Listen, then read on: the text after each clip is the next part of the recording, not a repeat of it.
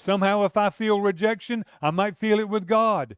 I might have come to the Lord and He's a lot better, but I haven't tasted of His love yet. And so, I'm still acting like where I've been in my past, from my pains and my hurts and wounds.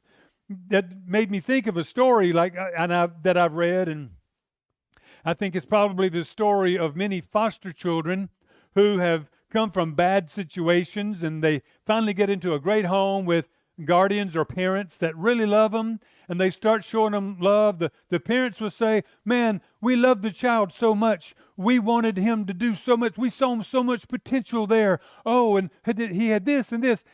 But when he's come, though we do that, though we provide for him, though we love him and tell him how great he is or whatever, every day you can see the rejection. You can see the pain. You can see that the child at first can't receive it, right?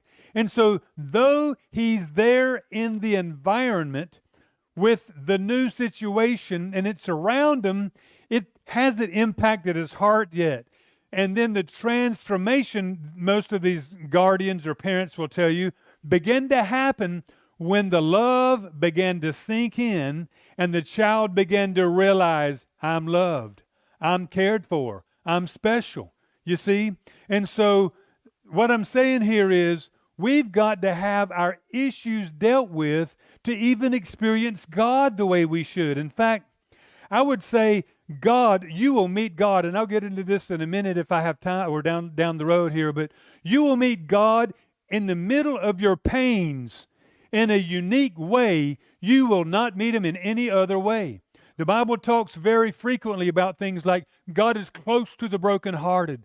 God is near to the one who has pain. What He's saying there is, if you will come to God and bring your pains to Him, bring your disappointments to Him, it touches His heart and His presence comes close to you and you have a unique encounter with Him because somehow you broke through just walking about life, going back and forth, and you decided, I've got to pour out my soul to God. You see, when you take your pains to God that way, there is a unique meeting with you that God has. He loves to meet with the brokenhearted.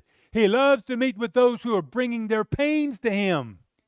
And He says, I'm there with them in a special way. And I'm telling you, I have had some of my greatest encounters with God when I was in some of my greatest pain.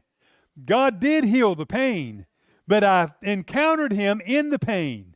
And when I was in that pain, looking for God, pouring out my heart to God, man, what a comfort came. So here I am, many times in life, crying out to God with my pain, with whatever I've gone through, and bringing it to God, and then that being overwhelmed with comfort.